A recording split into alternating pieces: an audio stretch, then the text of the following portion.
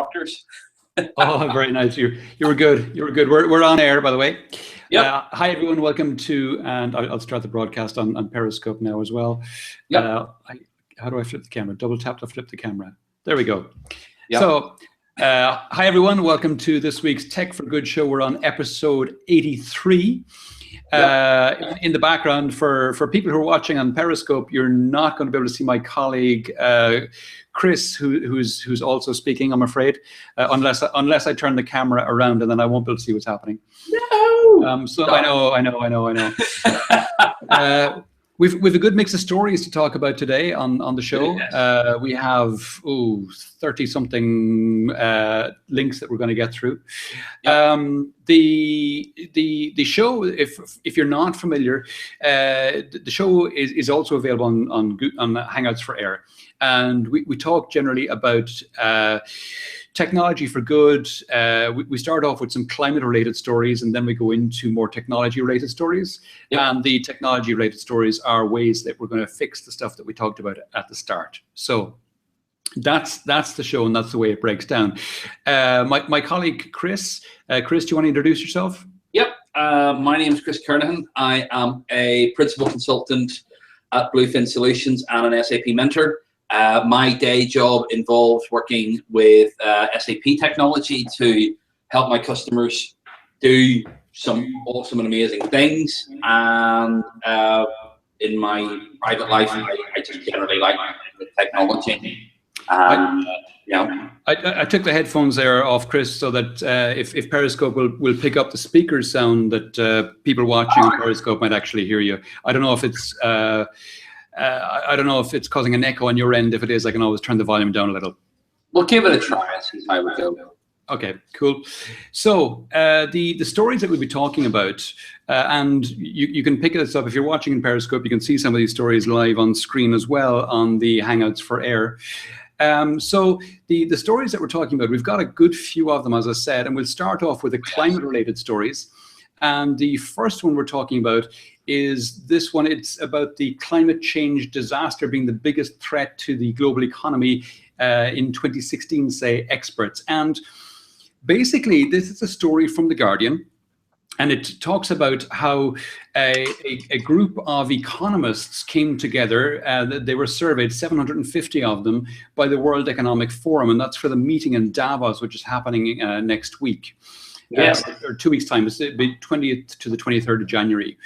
And this meeting of economists were asked to weigh up all of the possible risks to the global economy for 2016 and rank them accordingly.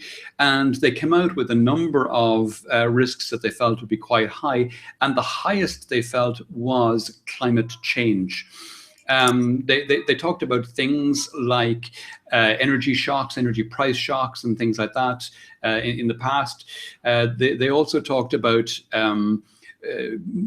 migration risks. So the risks to the global economy from mass migrations, the kind of thing that we're seeing coming out of Syria today. They also talked about risks of things like the breakdown of unity within the European Union.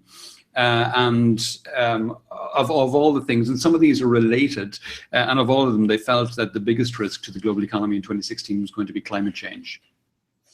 Yeah, no, it doesn't surprise me. Whenever you consider how global conflicts over the last 5 years have all been associated with climate events. So, the civil war in Syria can be traced back to the famine and drought. Yeah. That was happening over the last 3 to 4 years. When you look at the conflict that in Israel and Palestine, a lot of that has to do with aquifers and water, as much as political ideology.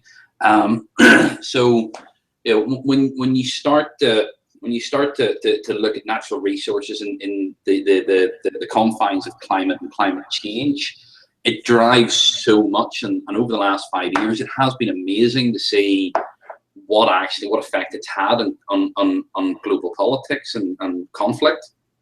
And on top of that, we have the whole issue that 2014 was the hottest year on record, followed by 2015 being the hottest year in record, beating out 2014, and all estimates from the Met offices are saying that 2016 is going to beat out 2015 again. So, we're on this kind of, I know it's being kicked in the ass by the El Nino, which is pushing it up. So 2017 will probably be back down a little again, but still.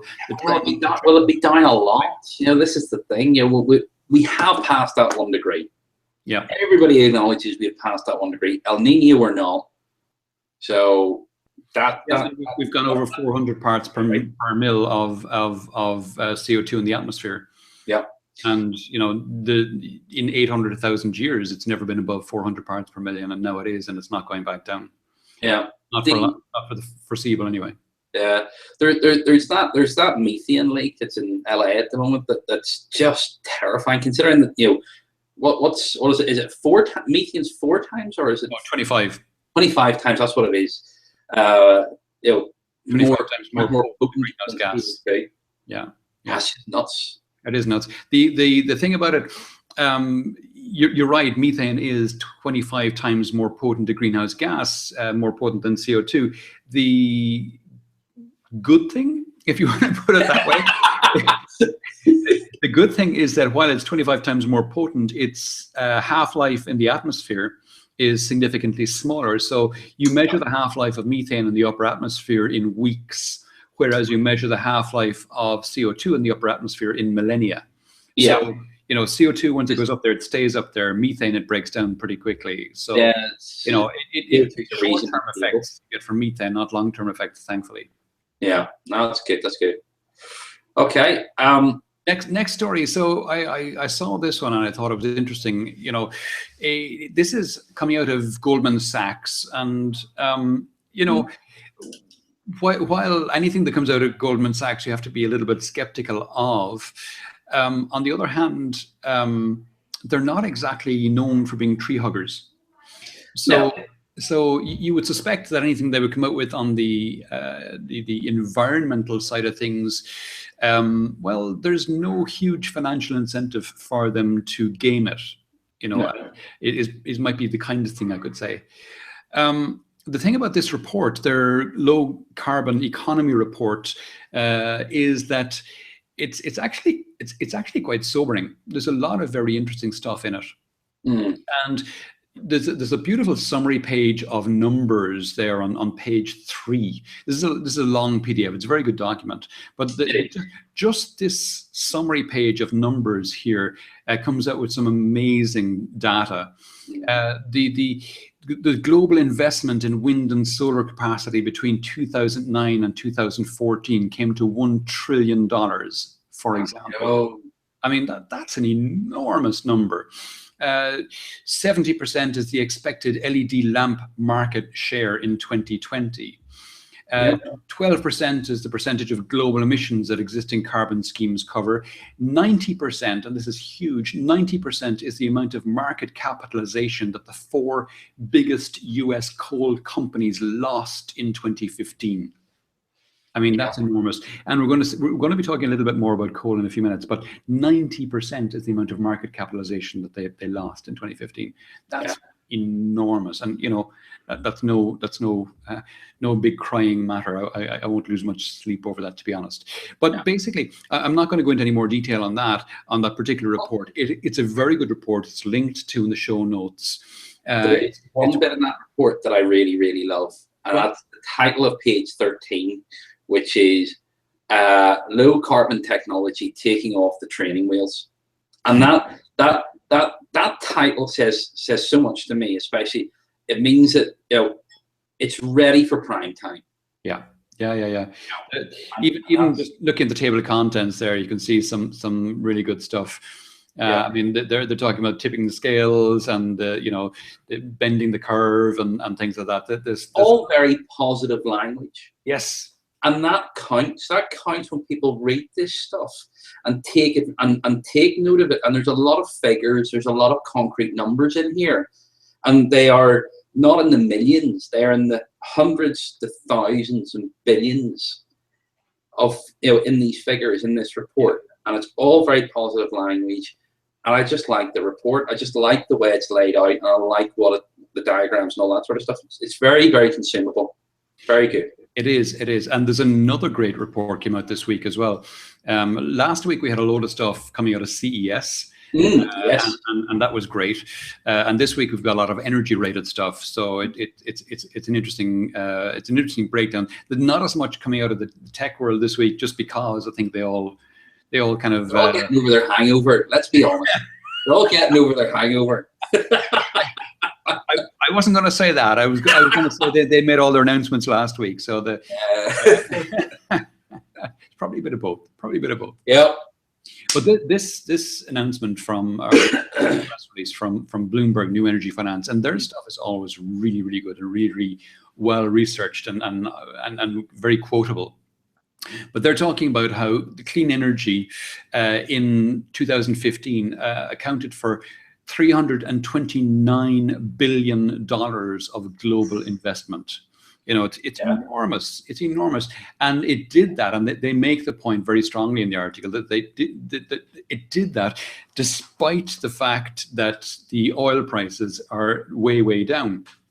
Oil prices, in fact, this week twice the price of Brent crude oil dropped below $29. It did, yeah, or below $30.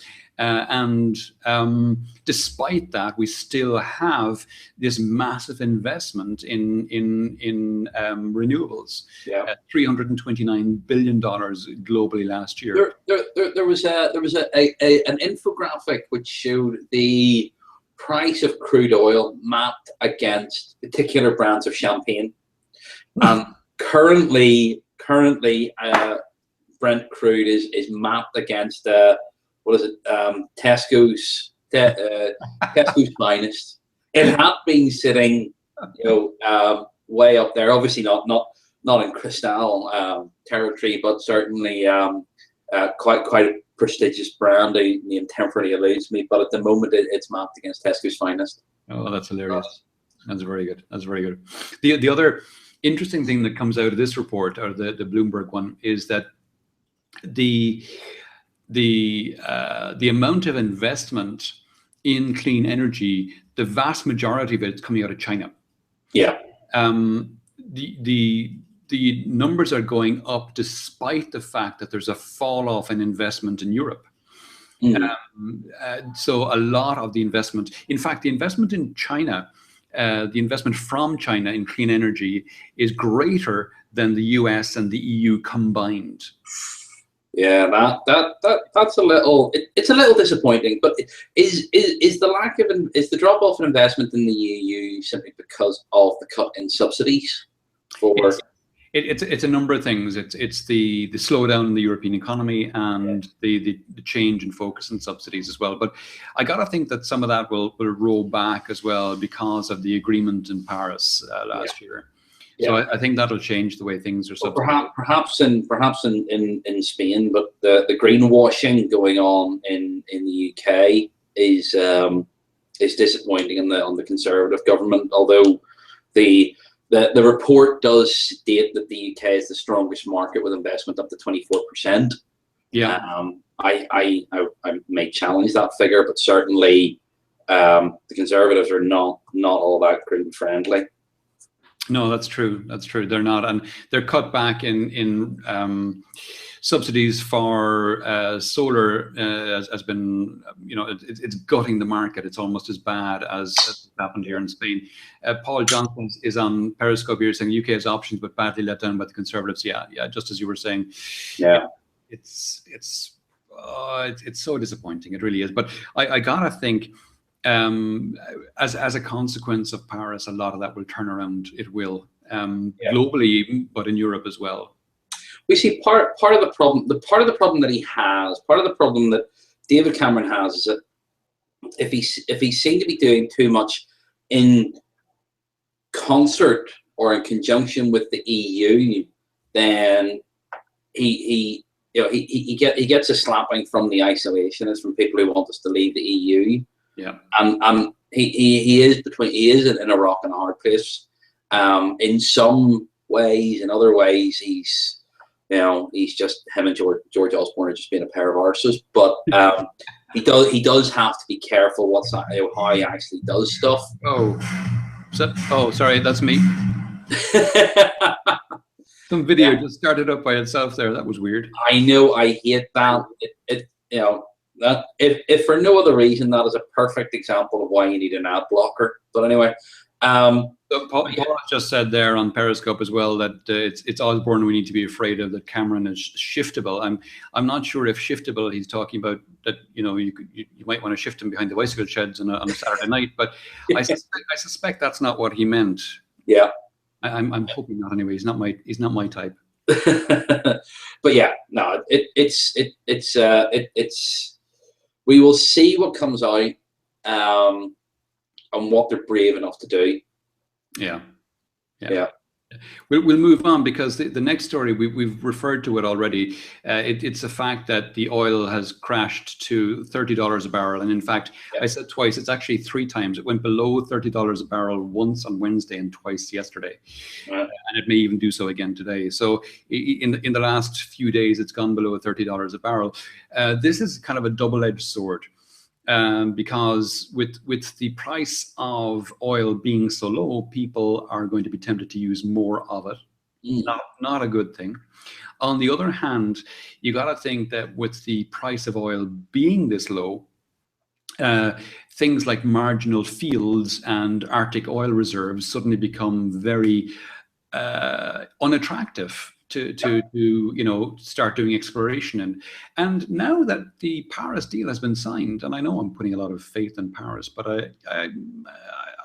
I'm quite optimistic about the outcome of that. Now that the Paris deal has been signed, that means basically we've got to leave a huge amount of fossil fuels in the ground.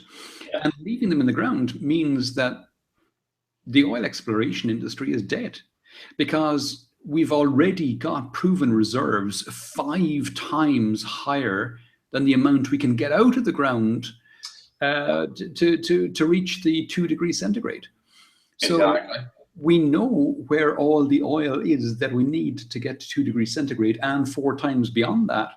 So there's no need to go exploring for any more oil or gas. We have far more than we will ever need. So we've the whole idea of peak oil, that's gone away. There's no need. I mean, I wouldn't want to be a geologist who specializes in finding oil, because well we could always sell it to the aliens. If we can't use it ourselves, we can actually ship it off to the aliens. Yeah. There's a big ball of fire that's giving out energy as well that they might want to take before they take our oil, though. Yeah, true. There you go. Relevant details, in fact. Sorry about that. Absolutely. So the other interesting thing that I saw was a story that came up today. And it's this one.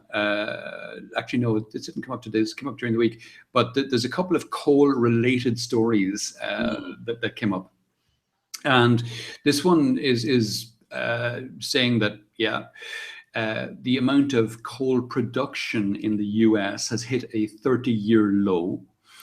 Jobs have been lost in the coal mining industry, etc.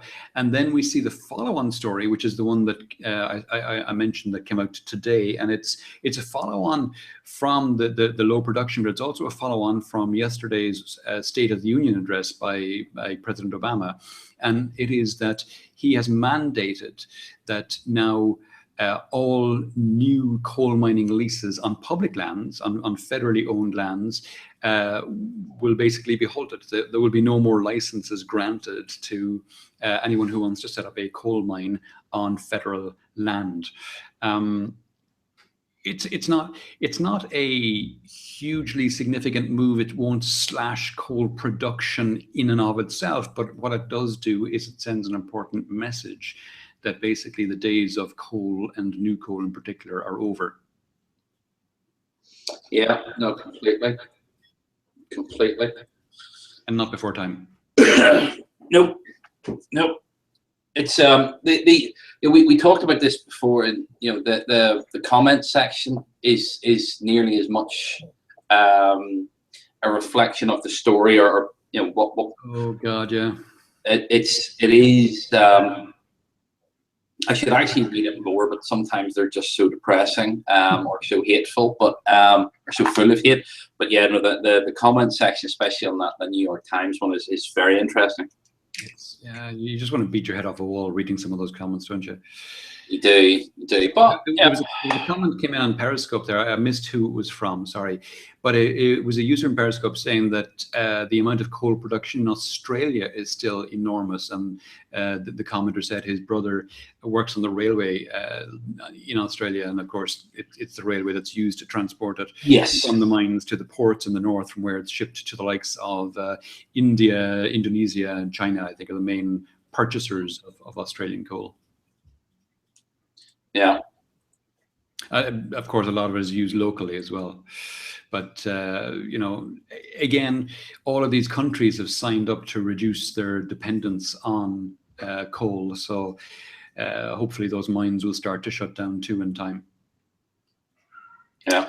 We're moving on to solar, though, because there's some interesting stories coming out of the solar world. And the first one of those talks about how LG, one of the big manufacturers of solar, are planning to triple its solar production by 2020. And we've spoken on this program, on this show before, about how solar is really, really taking off, how the cost of solar is coming down all the time. The Swanson effect means that the cost of solar drops 20% for every doubling of installed capacity. It's like Moore's law for solar. And obviously LG are seeing this, and they are they're tripling the production from their facilities, and you'll get economies of scale there, which will again mean a further reduction in the price of solar. It is now in a lot of geographies the cheapest form of energy production, solar PV, and and the price is dropping all the time. And the next story from CNN talks about how the jobs in solar energy have doubled in 5 years. And then there's another story there talking about how in the US, the solar industry now is providing more jobs than oil and gas extraction together. So it's become a real boom. In the first two, in paragraphs 2 and 3, okay, so the solar industry added 35,000 jobs in 2015. Yeah. In contrast, oil and gas firms slashed 17,000 jobs, which means there's a net positive 18,000 jobs created in 2015 in clean energy industries. Yeah. Which is brilliant. So it's absolutely brilliant. It is. And the thing is that there's a lot of cross-training can be done to bring people into solar who were formerly employed in the oil and gas industry. A lot of the people who'd been involved in refineries and generation facilities could easily transfer skills across into solar and wind production facilities. Yeah. Or installations either, for that matter. It is just it is fabulous. It takes those arguments, for example, that Carly Fiorina makes about that they destroy jobs. Well, there's an 18,000 positive positive figure in there. Yeah. So, but I mean, the problem with a lot of those political arguments are that they are. They tend to ignore facts and just make up numbers as they go along, unfortunately. So on the New York Times article that we were just talking about, on the left-hand side, I spotted it earlier on, there is a fact checker of the 6th Republican debate, okay? And it is extremely interesting reading. So it is extremely interesting reading. I'm not a massive fan of fact checking, because some people say things in the heat of the moment and things like that there that are not always entirely accurate, but that sometimes that's just the heat of the moment and things like that there. But some of the statements are just absolutely phenomenal, and just how untrue they are goes way beyond just a simple verbal misstep. So I can highly recommend if you follow the link from that New York Times article to the fact checkers. It's worth 5 minutes of your time. Okay, I'll have a look. So another commenter there is saying it'll take a long time when jobs are needed now to convert some of those skills across. I'm not sure it will. I think depending on where you're coming from, some of those skills will be readily transferable straight away. Mm-hmm. But anyway, we'll plow on, because there's another story still in the solar sphere, which talks about how this company Gintech, they've unveiled these new solar cells, or this new technology around solar cells, which allows them to reach a 21.4% maximal efficiency record for solar technology at wide scale, which is, it's not a huge increase in efficiency, but it's still pretty good. They're also talking about they've managed to increase the lifetime of the solar cells, so it's a win-win. The solar cells are more efficient and they will last longer. Holger Mueller is saying, "Welcome to Periscope, Tom." Thanks, Holger. Yeah, but look, this is it a first generation project or a Gen 2 project or product?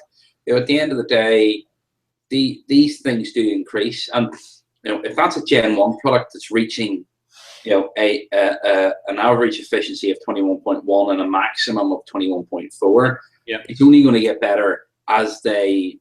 This is exactly the point, and it speaks to the Swanson effect again. And the more and more research that goes into this, and the more efficiencies we're going to get out of it, and the drop in price and the whole thing. So again, you're in a price spiral going down the whole time for solar, and it's now cheaper than gas, it's now cheaper than coal, it's now cheaper than wind. It's solar almost everywhere globally now is the cheapest form of energy generation. And if you were building new generation now, why wouldn't you is kind of the thinking, particularly with the cost of storage going down as well. So it does say, so it's a third generation solar cell technology applied to the second generation of their cells or something like that. We've developed the third generation of our PERC solar cells and applied the second generation of solar cell technology. Right. So it's 2.5.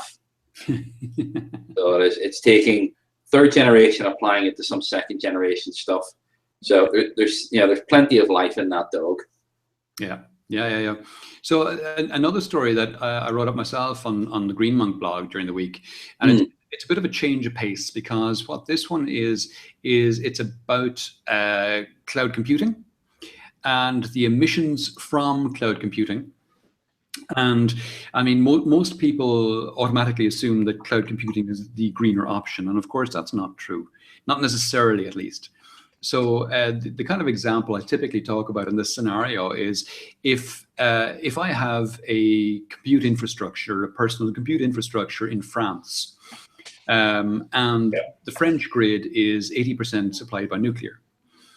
So my carbon footprint from my IT infrastructure in France is very low. Yes. If I were to move that compute load from France to a cloud infrastructure, typically in the US, somewhere like West Virginia on Amazon infrastructure, for example, the amount of coal used in West Virginia to generate electricity is enormous. But let's be generous and say we move it to somewhere in the US, and the average US coal penetration on the grid is 45%. So moving from France, where fossil fuels are 20%, not coal, but fossil fuels in general are 20%, to the US, where coal is 45%, the chances are that your carbon footprint going to cloud in the US is going to go up rather than going down. So I know those are extreme examples, but when people talk about the fact that cloud is greener, you just got to say, hang on a sec, where are you going from and where are you going to? And who's supplying the power into that cloud infrastructure? Because without that knowledge, without knowing that, you can't say. And some of the cloud providers are more transparent than others. We know that. We've discussed this before, definitely.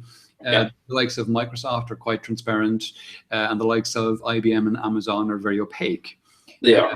IBM, to their credit, do report into the Carbon Disclosure Project, the CDP. CDP.net is where that's at. Amazon don't even do that. Yeah. So it's disappointing. But you just gotta work with what you have. So in this particular report that I wrote up during the week, I was talking about how Salesforce are on track to becoming the cloud CRM provider with the lowest carbon emissions. And this is off the back of their making two announcements, one last month and one this month. The one last month, the announcement was about they got into a virtual power purchase agreement in West Virginia with a utility company there. And another now this week, just yesterday, in fact, they made another announcement of another power purchase agreement, this one in Texas. The West Virginian one was 40 megawatts, and the one in Texas was 24 megawatts, coming to a total of 227,000 megawatt hours of electricity that they're purchasing per annum from these two wind farms. Now, if I say they're buying 227 megawatt hours per annum, that's kind of meaningless unless you put a bit of context behind it. Yeah. But to put that in context, their total electricity usage in 2015 was 152,000 megawatt hours. So you're using 152,000 megawatt hours in 2015. They're buying 227,000. So they've got a lot of room there to grow into it. So they're buying much more green energy than they are currently using or than they currently require. Now, these two wind farms are new wind farms. They're net new wind farms, so they're not up and running yet, and they don't expect them to be up and running until the end of 2016. Their current, Salesforce's current purchase, excuse me, of renewable power comes in at around 24% of their total energy usage.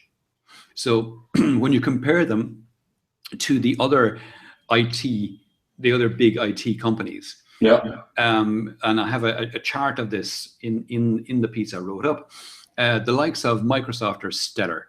They really are. Oh, yes. Microsoft are at 90% of their total energy usage comes from green energy.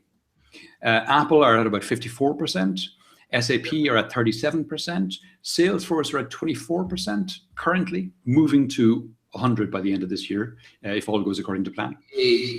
Google are at 22%. IBM are at 11%.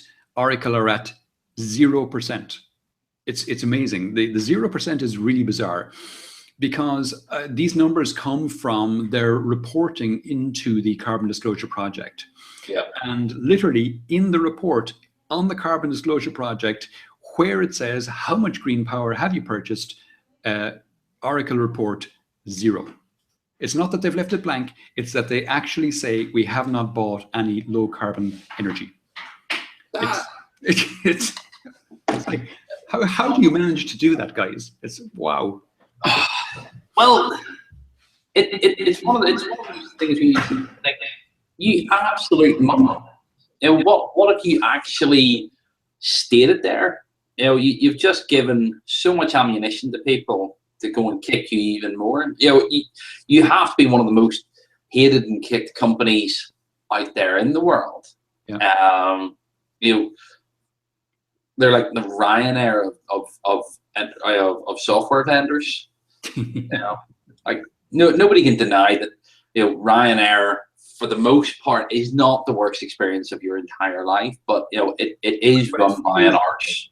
But it feels that way because they really rub you the wrong way. Oh well, they do, but the company's run by an arse, so it is, and I would say that of both of them. Despite his being Irish. By the way, Paul Johnson asked in a comment on Periscope there, where is the report? I think Paul is asking about the report that I was talking about there, about the carbon footprint of Salesforce, etc. Yeah. That's on GreenMonk. So greenmonk.net, it's the most recent post on greenmonk.net, Paul.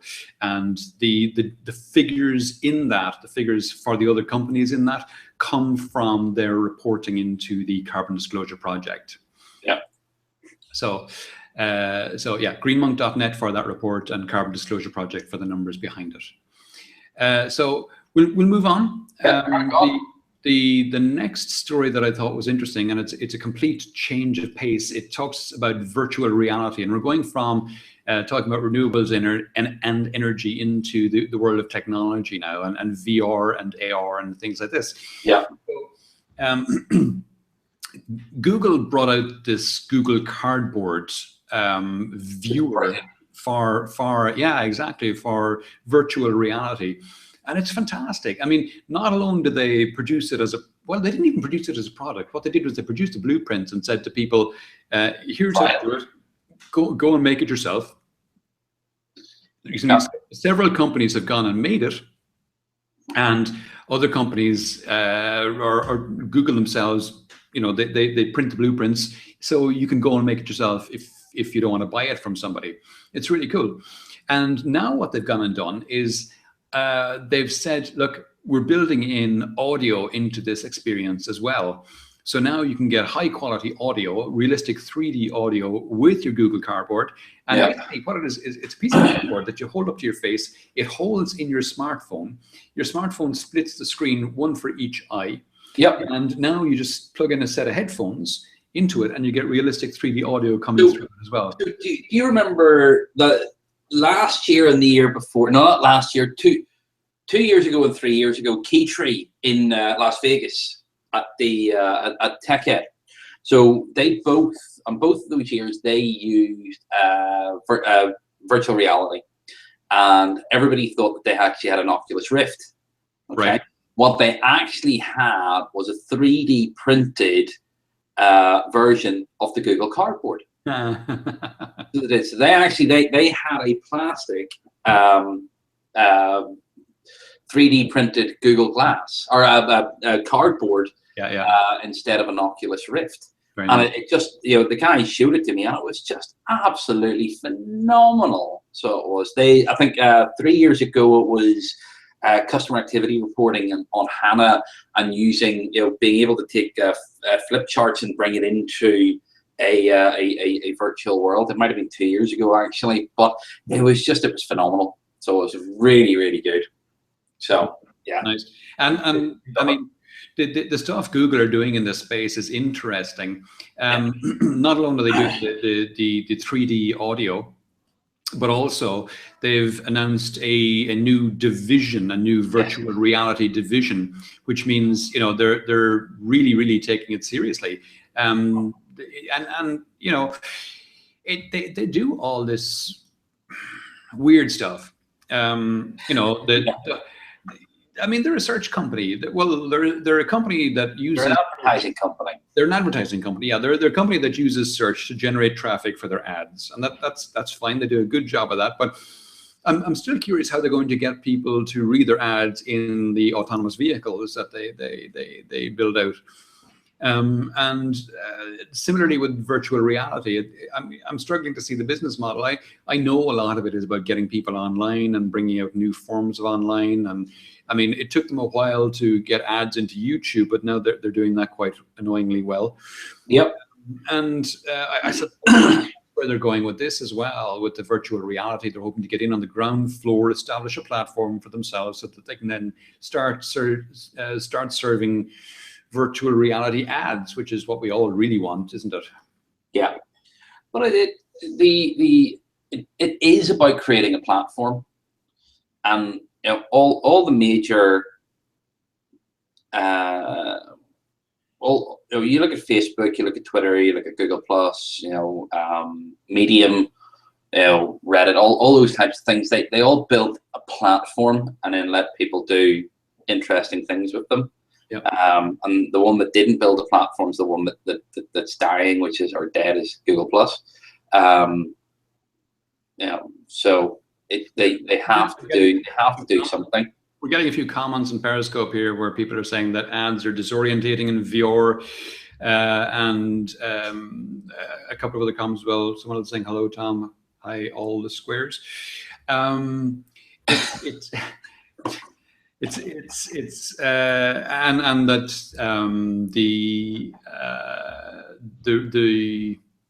the reason for, or the reasoning behind VR is more to do with pushing data to other platforms rather than serving ads. Okay, that's an interesting one. I hadn't thought about that one. I have to be honest. So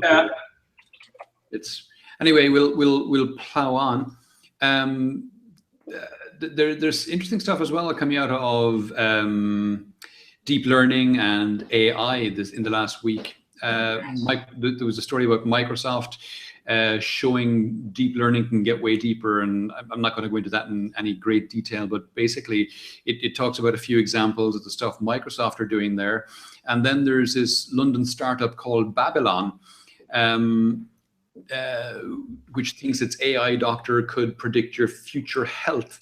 So what that's about is that this company Babylon, who provide doctors over kind of telepresence or doctors online. So you get a kind of a Skype connection to a doctor. Yeah. And, it saves you having to go to the doctor's surgery, and I'm not sure how they handle prescriptions, but they obviously have that thought about and worked something out there. It's apparently quite big in the UK.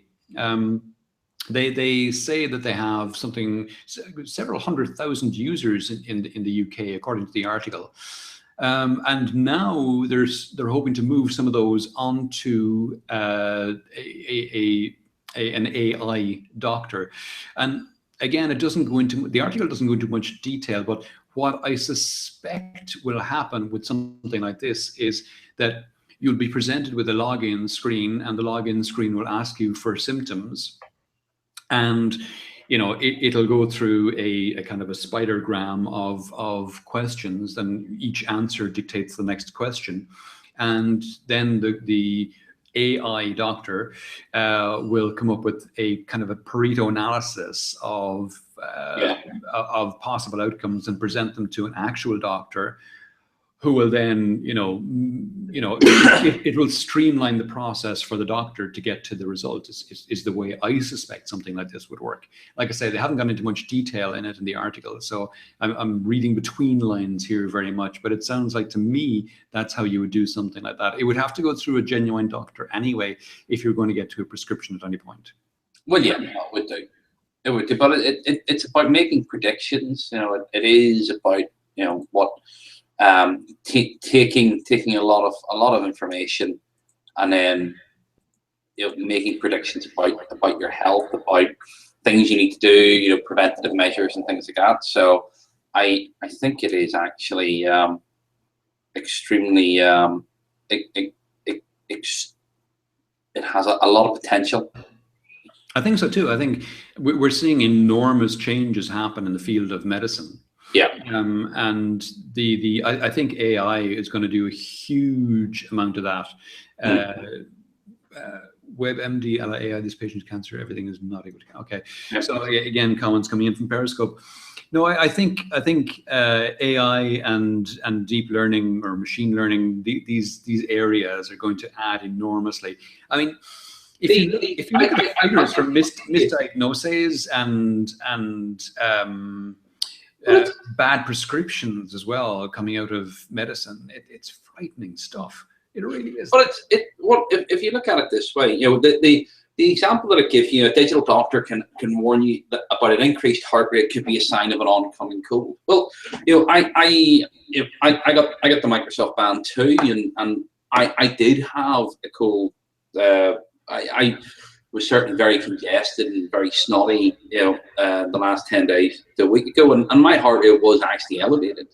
Wow. And if you then take that to preventative, and we talked about CES, and we had a bit of a chuckle at the expense of people and having hangovers and all the rest of it. But having these things and knowing what we do at Tech Ed, for example, we do burn the candle at both ends at Tech Ed. Yep. Actually having something to turn around and just say, dude, you need an early night, or go and actually eat something proper instead of nibbles and a glass of wine at a cocktail evening. Yeah. I don't need something to give me this horrific diagnosis, to diagnose everything, but certainly something that takes the stats that I'm giving it and goes, you just need to calm down a little bit. Go, have an early night. Be good to yourself. Have a nap, catch up in a few hours, and go back out again. Exactly. And not, an early night is as good as it can be as good as refreshing as a large gin and tonic, and lasts a lot better. So it lasts a lot better. Life-saving stuff. Absolutely. which is a perfect segue into the next story. There you go. See what I did there? Absolutely. Smooth. So the next story I thought was a cool one. It's basically a drone. It's not even a drone because it doesn't fly. It's like a remote controlled boat. Yes. Except instead of being a boat, it's a life preserver. So it's a cool idea. Basically, it's a bit like, those buoyancy aids that they have in Baywatch. Yep. And I'm not talking about the silicone type ones. I'm talking about the ones that I know the ones we don't work. So it's one of those with a little motor on it and remote controlled. Yeah. And the idea is that the idea they refer to in the article is a good use case. They talk about using it in the refugee crisis in the Mediterranean. So you could send one of those flying off. It's got a 20-minute battery on it, so you could send it off. You see a boat in trouble, send it out there, send a few of them out there. Each one is capable of keeping 5 people afloat, apparently. Yeah. All you need to do is get it to them so that they can stay afloat until you get to them in your boat. So it keeps them afloat longer, and particularly if they've got some of those dud life jackets that were being sold in Turkey. Yes. And you can start prioritizing people, send people these things, and the people who are conscious grab onto them, and you power your boat to the people who are unconscious. Yep. And plug them out of the water while the others are hanging on to these life preservers. So it's a cool idea. I can see it working well in the Mediterranean. It's my dog yawning. Sorry about that. Shut up, Freddie. Oh, poor Freddie. Big ears. Yep. Yeah. So I can see it working well in the Mediterranean. I can see it working well in lots of places, to be honest. I can see the Baywatch example is a perfect example where, you've got lifeguards on the beach. They throw this thing into the water and hit go on the remote control, and off it goes. You don't need to be in the Mediterranean for it to work well, but that happens to be a particularly pertinent and useful example. But, this thing has got massive widespread applications, I gotta think. No, totally. Some of the figures in the article are phenomenal. 1 million migrants crossed into Europe in 2015 by sea, and almost 4,000 of them lost their lives. And you would think it's higher just from hearing the news stories every day. I mean, but it's still 4,000 people. Oh yeah, no. But I mean, you would think it is higher. You would think it's higher. I think 4 out of 1 million. It's less than 1%. Yeah. But it's you sit and you look at it, and it does look brilliant. It really does. I just wish it a 20-minute battery. If it had been a longer battery, but then again, it's buoyant. It's buoyant. You just need to get it to whoever's in trouble. Get it to whoever it is. So 20 minutes. I mean, you're not going to be dragging them back in with it. You just need to get it to them. And 20 minutes is a long time when you're getting, when you're trying to get a buoyancy aid to somebody. Yeah. That's right. If they're struggling to stay up, you've got 2-3 minutes at most. If you're 20 minutes away from them, well, first of all, you're not going to be able to see them. But if you're 20 minutes away from them, they're gone anyway. Yeah. No, it is a phenomenal tool. So it's absolutely phenomenal tool. Yeah. So it is. So moving into kind of the security area, and we've had a couple of Google stories already, but there was this one as well, where Google are taking another stab at killing passwords. Yeah. And, people have been trying to kill passwords for quite a long time. And, frankly, I think it's going to happen. Well, it has to. It has to. It has to, because it's a broken mechanism. And what Google have done is they've invited a group of users together to test a new way to sign into Google accounts. Yeah. The new way involves a bit of backwards and forwards. It's a bit like two-factor authentication, similar but not the same. I guess my thinking on this is, with enough people taking enough different tacks at trying to kill passwords as a way of logging in, somebody's going to crack it. Yeah. Eventually, passwords will go away. I got to think things like Touch ID on the phone and the equivalent on the Android devices, voice and facial recognition. Yeah. I don't know if you saw that new messaging platform that launched. No, which one? Peach. Actually, no, I'm wrong. I was confusing it. It's not Peach, but WeChat. WeChat, for example, does voice recognition for login. Yes. So you can choose to log in using voice recognition to WeChat, or using your username and password. Mm. The Android phones are brilliant. I think I can do facial recognition, I can do pattern recognition, I can do voice recognition, I can do PIN code. I can do smart locks. So, for example, when the phone is connected to my Wi-Fi, yeah, I don't need to put in my PIN code. When it's connected to my car, I don't need to put my PIN code. I can just wake the screen and away it goes. So there's a number of really interesting things I can do with the Android platform. And then there's the touch button as well. So I'm curious about that, Chris, because I don't have an Android phone, and what I'm curious about is how much each are they? No. What I'm curious about is, how does that translate into usability for applications or sites that you're trying to log into? So it's not get you into the phone, but it's not as tightly integrated as LastPass and the iPhone, for example. Yeah. So it doesn't have that now.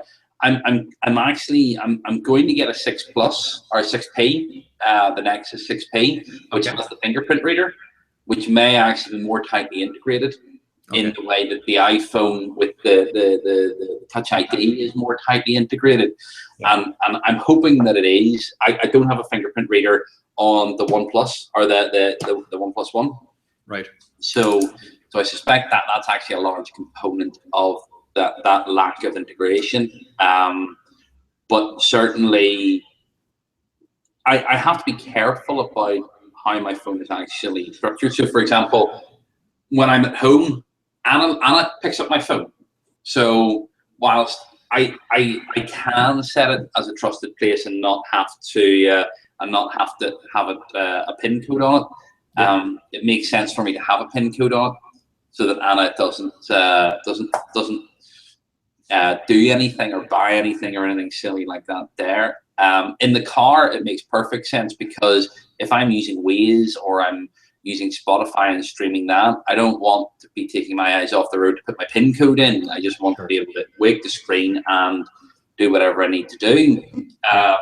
So that makes it very easy. But for me, I hate passwords. Passwords are completely useless. I believe quite firmly in either two-factor authentication or... Yeah, I think two-factor authentication, but I think as well, applications running on your device should just trust things like Touch ID or your fingerprint sensor or whatever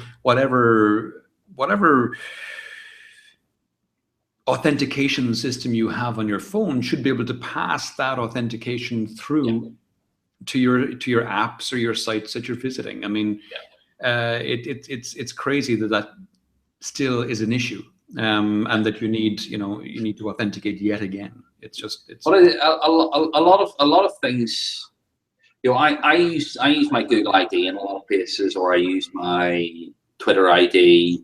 I don't use Facebook Connect. I hate and despise Facebook Connect. I've never used it to log in or to create an account with anything. Although for some reason I use Google quite a lot, so I'm not entirely sure why that's better. But you know, it's just the way it is.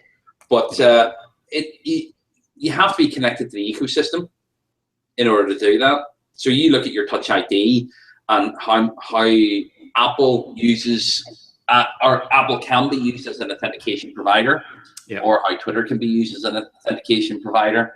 That's the key. That's the key metric there. And some sites support only Twitter, some sites support only Facebook Connect, or whatever, and that's an architecture problem. Yeah. Totally. We'll plow on. Yeah. The next one is kind of a hardware story. I thought it was yes. It was interesting. It was a bit different, and it's how a new type of metallic glue could replace welding and soldering. It's a combination. It's called a meso glue, and it's a combination of indium and gallium. And they're coatings on rods, and once they come into contact, they form a liquid film that fills in all the available space.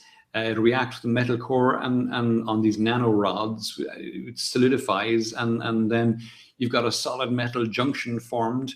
And basically, it's analogous to soldering or welding something. It's fascinating. It's on the Extreme Tech site that they show this. It shouldn't mean, for circuit boards and things like that it becomes far easier to attach devices, and for hobbyists as well, who don't want to be burning their fingers with soldering irons, as we've all done from time to time. Oh God, yes. On more than one occasion, I've ranked many surfaces in various places I've lived with my attempts, my very sad and awful attempts at soldering. Yes. Yeah. Well, we'll leave those to one side. It's interesting because it's thermally and electrically conductive as well, which is also very good. Yeah. So it doesn't have that many constraints. So I think for the hobbyist, I think this is actually fantastic. It's nice. Yeah, it is. Hopefully, it comes out at a decent price point, and people can use it. We'll head into the software world for a little while, because we've done a lot of hardware now, and we see that Microsoft has open sourced its JavaScript engine Chakra. Yes. And this is the one that sits in Edge, I think. It's just right. That's right. And I mean, they promised this for a while, so this is no huge surprise, but it's now on GitHub with an MIT license. So it's nice. Yeah. And it's used in Azure as well. It's used in Cortana, Outlook, TypeScript, Node.js, and Windows. The IoT core, Windows 10 applications, Xbox consoles, smartphones, and things like that. So it's used all over the place, and now it's been open sourced. It's very nice. It'll help people get into developing for these devices. Obviously, it's pretty quick as well. It is actually. I did a bit of checking on it, and next to the Google Engine version 8, it's pretty speedy. So it is. So obviously, it's heavily dependent on who's actually developing the code and all the rest of it. My code on Chakra Core would not run anywhere near as fast as an actual developer colleague's code on the Google Engine. Right. So, but it is. I can write a very very zippy Hello World app for it. True. Yeah, it rockets. Prince Hello World faster than. There are Geneva conventions that prevent me from writing code in production. It's some sort of what is it? Crimes against code. So yeah, I'm not. I can script away to my heart's content, but none of it is. It's all designed for me to get stuff done. It's not designed for anybody to use it in any real capacity. So it's definitely not. Definitely not. Gotcha. Sticking with Microsoft, Yeah. they've made their translation available for all Windows users now in Skype. So the Skype translation thing was something that they launched last year in kind of beta at first. They announced it. They rolled it out slowly. They rolled it out on certain devices, but now it's on all Windows users. Well, I suppose it's all Windows 10. It does it actually say that? No, I think it's just Skype. It's all Windows. Yeah, it doesn't specify 10 in the article at all. Yeah, no. So it's all Windows users. So as long as you're on Windows, you can download the latest version of Skype, and you've got Skype Translator automatically built into it. So you can literally have voice conversations with people. You know, it's like your Babel fish from Hitchhiker's Guide to the Galaxy. You speak to Skype, and then it speaks out in another language to whoever you're speaking to. I've seen it in practice. It's wild. Well, it's yeah, really we talked about it before. It is extremely good. This is Skype's 10th anniversary or something, isn't it? This month, and they brought out group video chat as well. So they did this week or last week. So in fact, that's the next story. And is it? Yeah, no, that one. No, sorry. That's all right. I'll fire it up on screen there. So yeah, and the previous one. The translate is just for Windows users. There's no mention of other platforms in it at all yet. It'll probably get there, but no mention yet. Whereas this story, the one you're referring to, they've added mobile group video calling to Skype now, but it works on iOS, Android, and Windows 10 mobile. No mention of OS 10 or Linux or any other thing, but at least you have group video calling now on iOS, Androids, and Windows. So on all the mobile devices, you can use Skype to do mobile group video calling, which is, it's insane considering that up until very recently, you couldn't do group calling on the desktop on Skype. Yeah, I'm a little conflicted. A lot of people have given Skype a bit of grief about this, and to be fair, it is a feature that has been delayed whenever you consider how many other companies actually do it. Mm-hmm. But one of the things that Skype does phenomenally well is just voice-to-voice calls beat nearly every other platform hands down. Yeah. Okay, and its video calls are very good as well.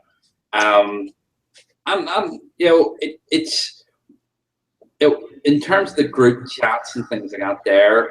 It's most companies have their own platform. They use GoToMeeting or they use Link or anything like that. It is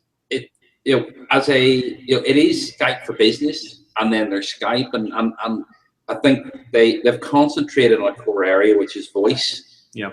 And they do it really, really well, and the call plans are hugely good value. I looked at my phone bill just after Christmas and was horrified to find out I spent £100 sterling on landline to mobile costs because I'm in a mobile dead zone.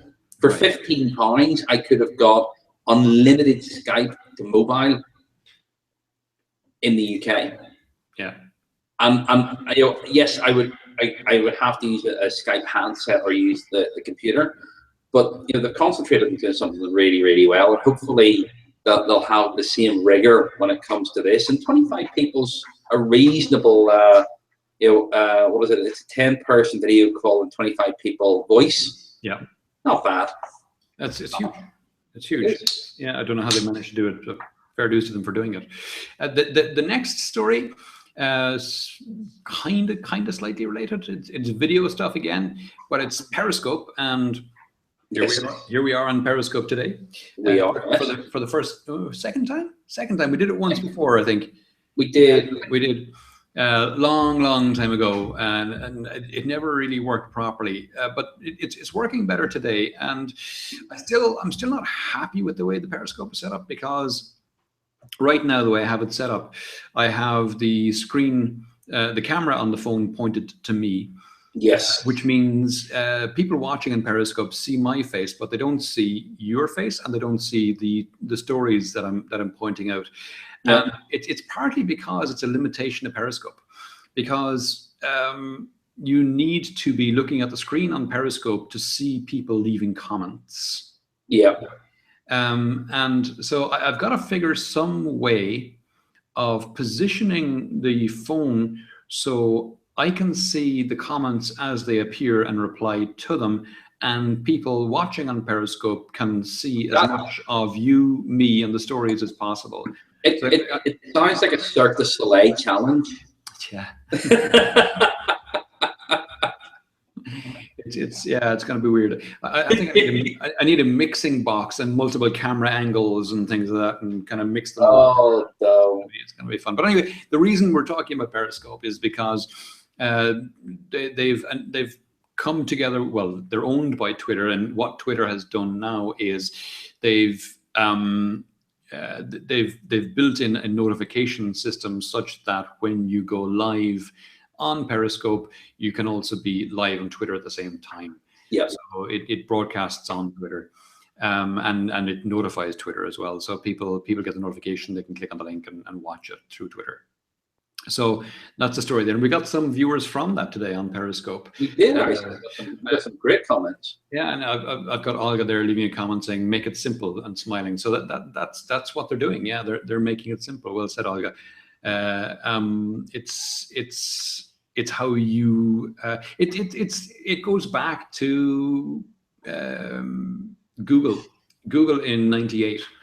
We had a slew of search engines, Yahoo, Alta Vista, and Dr. Jenkins or something like that. I've forgotten. There was a whole slew of them anyway. Meta something, or there was another one. Anyway, there was a bunch of them, and everyone said, why would you need another search engine? But what Google did was they made it simple. They just had one search box. Yeah. Name Google and a search button, and a feeling lucky one as well, which very few people ever pressed. And they returned hugely relevant results, and as a consequence, people just flocked to Google. Whereas when you were on Yahoo, you had pages of categories that you had to go through to find stuff. Yeah. You had to submit pages to Yahoo for them to be spidered and included in the search engine. Ridiculous stuff like that. Whereas Google made it incredibly simple. You put up a web page, as long as you had a link to it from a linked page, you were found. And if you were looking for something, it was dead easy. You just had one search box, hit it, bang, it was found. It was. So yeah, simplicity. That was the big lesson from Google. And one of the things I liked about Google as well was, while they kept it very simple, they also had a little hard to find, but they had a little advanced link there. Yes. And when you hit the advanced,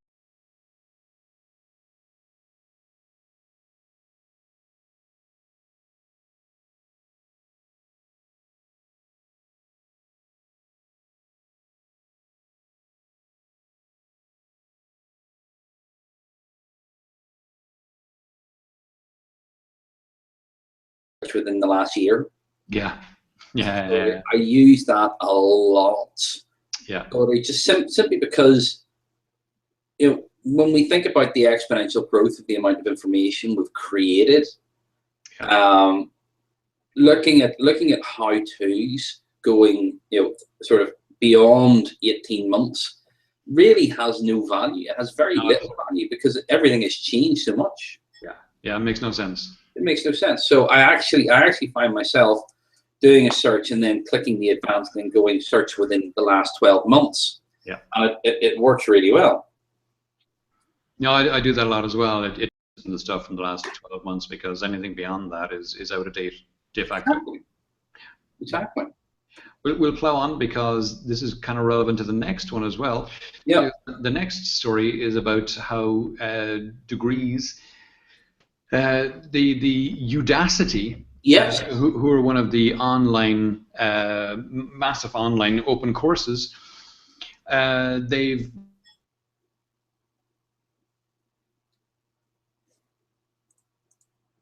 Tom, have you disappeared? Oh, okay. I wonder if it's him or if it's just me. I don't know. Well, we'll give him a second or two to come back. If not, I'll finish talking about the story here. Yeah, let's see if he's. I wonder if it is me or if it's him. I'll send him a quick. He's still there. Anyway, so this story here about the nano degrees, basically it's a way for people actually to get their degree, and Udacity has been one of those companies that's really thrived in the online market. From what they're saying, about 4 million people have taken some of their free courses. I've actually taken a number of their courses, especially around big data and things like that. There, they've got quite a good mobile app. But this is actually where, oh, he's back. This is actually where people have joined the courses remotely, like an old correspondence course. This is one where they want you to study up to 10 hours a week for 6 to 9 months, which is obviously a lot shorter than what a normal degree would actually get you, but it is designed to help you accelerate your learning. Welcome back. Sorry about that. That's quite all right. Did you close the wrong browser again? No. I wish it was something as silly as that. I have no idea what happened. It just that I got dropped out of the call for unknown reasons, and it took me 5 minutes to try and get back in again. So sorry about that. No, I'm back. The interesting thing about this is it speaks very it speaks very closely to this idea that you don't necessarily have one career or one job your entire career. You may change fields and things like that. Their courses like this actually help you to accelerate your learning and provide you with a formal qualification. I'm not going to say quickly and effectively. It does require some work, but certainly it gets you to a point where you've been able to prove a competency in an area where you may not have started your education or your professional career, and that enables people to benchmark where you are and possibly employ you from there. So I think it's actually a really good thing. So it is. Yeah, no, so do I. The only thing that I'm disappointed about with this, and this is a short-term thing, this is kind of silly, but the only thing I'm disappointed about is that it's quite limited. It's US only for now and only for certain courses.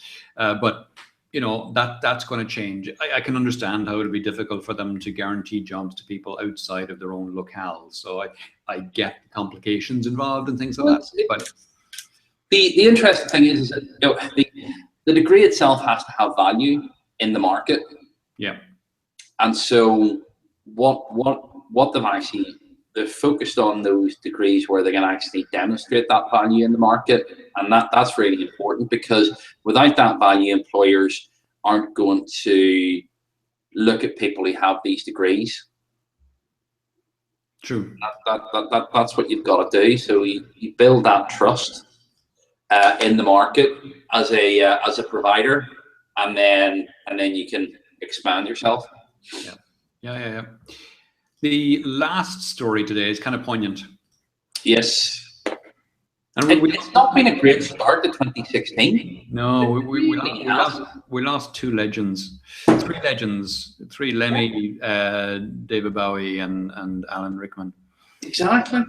But the interesting one, and this isn't any great tech for good story, but I just thought this was fascinating because David Bowie died during the week, as we all know. And if he did, this is what happened to David Bowie streams on Spotify. They just went in terms of the amount of times people were listening. And I saw it in our own house. I mean, he died, and suddenly we were all listening to Bowie. You know. Yeah. And it's totally understandable. You know, we've a couple of kids, and they wouldn't have been as exposed to Bowie just because there are so many other musical influences around. They would have heard Bowie songs. They would know particularly things like Under Pressure, just because they're big fans of Queen. But yeah, it just. You know, we've been listening to Let's Dance and Heroes and Changes and, you know, all the typical Space Oddity, obviously. Oh yes. You know, since he died, and it's just you see it there charted in Spotify streams. It just went up like that. I thought it was fascinating to see that kind of that moment in time captured beautifully in data. Yeah, he was such a prolific man, and you know, in so many ways, he did so much throughout his life. Yeah. And it's one of those things that, you know, whenever you actually, like, I looked at his Wikipedia page, and it takes a good 30 minutes to get through his Wikipedia page. He's done so much in his life. And it is just phenomenal. One of the things I love about platforms like Spotify with their API, you can actually you can look at this information. You know, what we're looking at here is the democratization of information itself. You know, Quartz has pulled that information from what I can see there. It's from Atlas, but Spotify has an API that you can actually query stuff. Got a little fella coming in behind me trying to steal his. I need to charge it. You need to charge it. There we go. Go on and charge it. But you know, you know, anybody can go and look at this information, so you can, and it is phenomenal. But yeah, it's you know, if you think about it, before we had Spotify, before we had streaming, you would have had this news, and you would have hunted through your CD collection, and you know, I'm a fan of David Bowie. He's a great artist, but I don't have any David Bowie in my house. I think the one thing I would have would be, you know, Under Pressure or something in some form of you know, compilation album.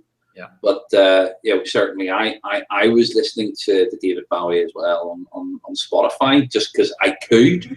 Yeah, I'd love to see the YouTube numbers as well, for example. Oh yeah. Oh, totally. I'd say the EMI stuff completely spiked as well.